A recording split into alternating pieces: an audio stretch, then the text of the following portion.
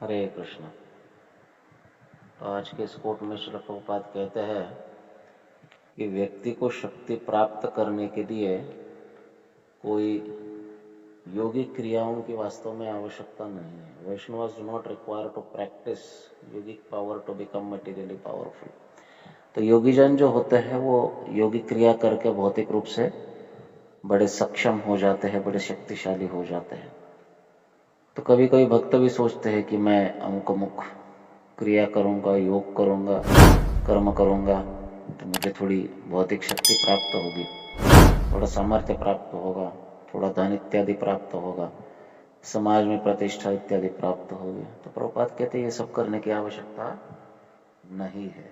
Simply ही surrender to Krishna makes him all powerful. That is the position of a Vaishnava. केवल उसका भगवान के प्रति जो शरणागति है किसी भक्त की, वही उसे संपूर्णतया शक्तिमान बनाता है। यही एक वैष्णव का पोजीशन है।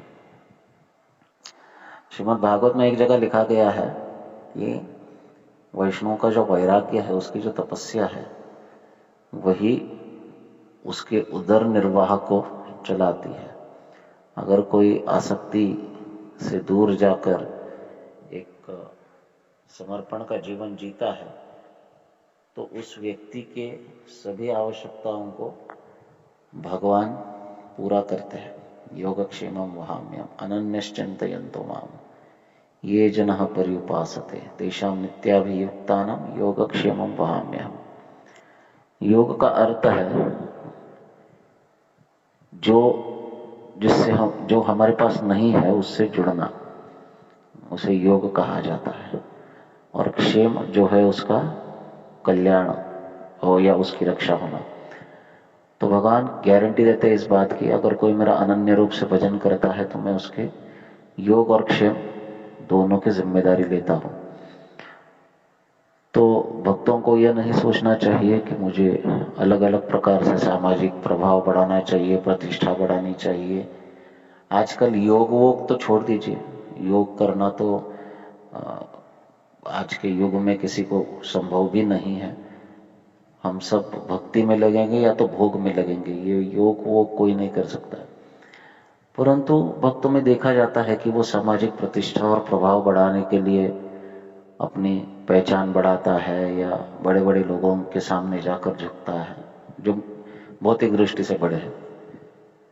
एक प्रकार से प्रचार आंदोलन के लिए ये भी आवश्यक है, परंतु इसको इतना महत्व नहीं देना चाहिए। अगर कोई समर्पित भाव से भक्ति करता है तो दुनिया उसके आगे आके झुकेगी।